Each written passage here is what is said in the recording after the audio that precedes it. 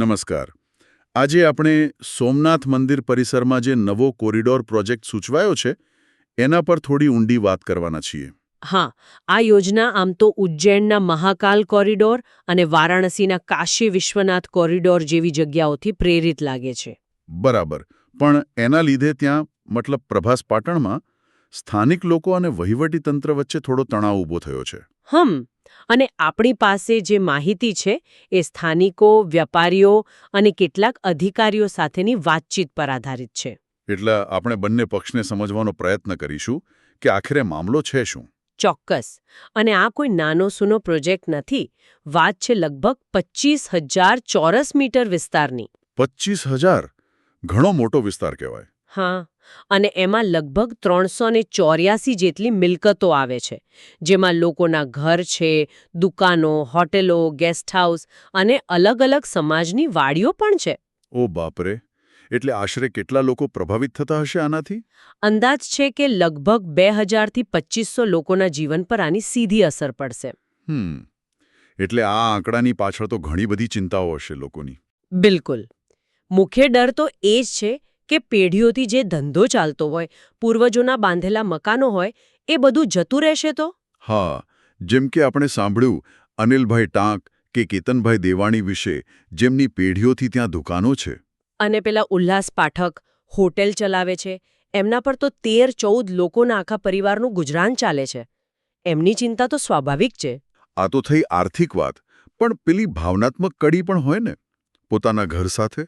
એ તો ખરી જ. જાગૃતિબેન દેસાઈ, ઉષ્માબેન દેસાઈ જેવા લોકો સાથે વાત થઈ. એમનું કહેવું છે કે આ ખાલી મકાન નથી, અમારા બાપ દાદાની નિશાની છે. વિકાસ જોઈએ, પણ આ રીતે ઘર ખાલી કરાવે ને નહીં. અને વહીવટી પ્રક્રિયા વિશે પણ ફરિયાદો છે ને, કે બધું બરાબર નથી થઈ રહ્યું. હા, લોકોનો આરોપ છે કે કોઈ લેખિત નોટિસ નથી મળી, બસ મૌખિક રીતે બોલાવીને જાણ કરે છે, મીટિંગમાં બોલાવે છે.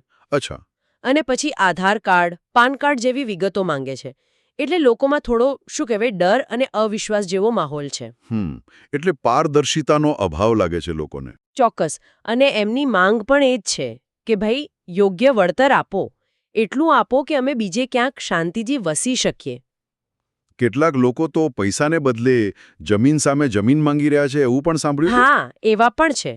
અને કેટલાક તો એવા છે કે કહે છે અમે કોઈ પણ ભોગે મકાન નહીં આપીએ. કોરિડોરનો જ વિરોધ છે એમનો. અને દબાણની વાતો પણ આવે છે પોલીસ કે તંત્ર તરફથી. હા, એવા આરોપ પણ છે. જો કે અધિકારીઓ તો ના પાડે છે કે કોઈ દબાણ નથી, પણ લોકો તો કહી રહ્યા છે. એક વાત એ પણ છે કે લોકો સૂચવી રહ્યા છે કે સોમનાથ ટ્રસ્ટ પાસે જે જમીન છે એનો ઉપયોગ કેમ ન થઈ શકે. બરાબર. અને આ બધા મુદ્દાઓને લઈને પ્રભાસ પાટણના લોકો એક થયા છે. સંકલન સમિતિ બનાવી છે, સ્વયંભૂ બંધ પણ પાડ્યો તો આવેદનપત્ર પણ આપ્યું છે. તો આ થઈ સ્થાનિક લોકોની વેદના અને એમની માંગણીઓ. હવે સિક્કાની બીજી બાજુ જોઈએ. વહીવટી તંત્રનું શું પક્ષ છે? વહીવટીતંત્રનું કહેવું છે કે આ યોજના કંઈ આજકાલની નથી. ઘણા વર્ષોથી આના પર કામ ચાલતું હતું. હવે એ અંતિમ તબક્કામાં છે અને સરકારની સૂચના મુજબ જ કાર્યવાહી થઈ રહી છે. પેલી નોટિસવાળી વાત પર એમનો શું જવાબ છે કે લેખિત નોટિસ કેમ નહીં? અધિકારીઓનો તર્ક એવો છે કે આ સીધી ખરીદીની પ્રક્રિયા છે. મતલબ કે એ લોકો મિલકતનો દસ્તાવેજ કરાવી રહ્યા છે. એટલે કાયદા મુજબ એમનું કહેવું છે કે પૂર્વ નોટિસ આપવી ફરજિયાત નથી. પણ સ્થાનિકો આ દલીલ માનવા તૈયાર નથી, બરાબર? બિલકુલ નહીં. હવે વળતરની વાત કરીએ તો એમણે જે પેકેજ વિચાર્યું છે એ છે 2011ની જંત્રીના 4 ગણા. 2011? એ તો દસકાથી પણ જૂની વાત થઈ ગઈ. જમીનના ભાવ ક્યાં પહોંચી ગયા છે અત્યારે? એ જ તો 2011ની જંત્રીના 4 ગણા અને જે બાંધકામ છે એના ઘસારા બાદ 2 ગણા. શું આ વળતર પૂરતું ગણાય? લોકો માની જશે?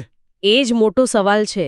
તંત્રનું કહેવું છે કે એમણે વધારાના 15-20% વળતર માટે સરકારમાં દરખાસ્ત મૂકી છે અને દરેક મિલકત ધારક સાથે પર્સનલી વાત કરી રહ્યા છે. મીટિંગો પણ કરી રહ્યા છે. કલેક્ટર લેવલે પણ મીટિંગ થઈ છે એવું સાંભળ્યું. હા, કલેક્ટરની અધ્યક્ષતામાં પણ બેઠકો થઈ છે. એમનું કહેવું છે કે અમે સમજાવટથી જ કામ લઈ રહ્યા છીએ, કોઈ દબાણ નથી.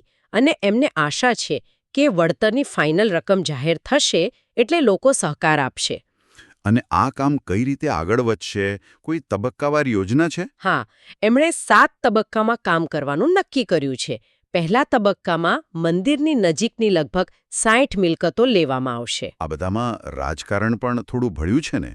કોઈ નેતાઓના નિવેદનો આવ્યા છે? હા, ભાજપના એક નેતા છે દિનુભાઈ ભુગા સોલંકી. એમણે તો વિરોધ કરનારાઓને ચેતવણી આપી છે અને અંગત સ્વાર્થનો આરોપ પણ મૂક્યો છે. ઓહ, એમણે તો કોરિડોરના સમર્થનમાં કોડીનારથી 5000 યુવાનોની પદયાત્રા કાઢવાની પણ જાહેરાત કરી છે. એમનું કહેવું છે કે આ પ્રોજેક્ટ સોમનાથના સુવર્ણ ભવિષ્ય માટે જરૂરી છે. એટલે સમર્થન અને વિરોધ બંને અવાજો સંભળાઈ રહ્યા છે? હા, અને બીજી બાજુ કેટલાક સ્થાનિક આગેવાનો વચલો રસ્તો કાઢવાનો પ્રયાસ કરી રહ્યા છે. યોગ્ય વળતર માટે સરકારમાં રજૂઆત કરવાની ખાતરી આપી રહ્યા છે. તો આમ જોઈએ તો એક તરફ સરકારની વિકાસની, ધાર્મિક પર્યટનને વેગ આપવાની મહત્વાકાંક્ષા છે. અને બીજી તરફ સ્થાનિક લોકોના મૂળભૂત અધિકારો, એમની આજીવિકા, એમના ઘર, એમના વારસાનો સવાલ છે. સ્થિતિ ખરેખર ગંભીર છે. બરાબર. અને આ આખી ચર્ચા આપણને એક મોટા સવાલ તરફ દોરી જાય છે કે શું મોટા વિકાસ પ્રોજેક્ટ્સ અને સ્થાનિક સમુદાયોના હિતો, એમની સંસ્કૃતિ, એમનો વારસો, આ બધા વચ્ચે કોઈ સંતુલન શક્ય છે? શું વિકાસનો અર્થ હંમેશા વિસ્થાપન જ હોવો જોઈએ? આ એક મોટો પ્રશ્ન છે જેના પર સૌએ વિચારવાની જરૂર છે.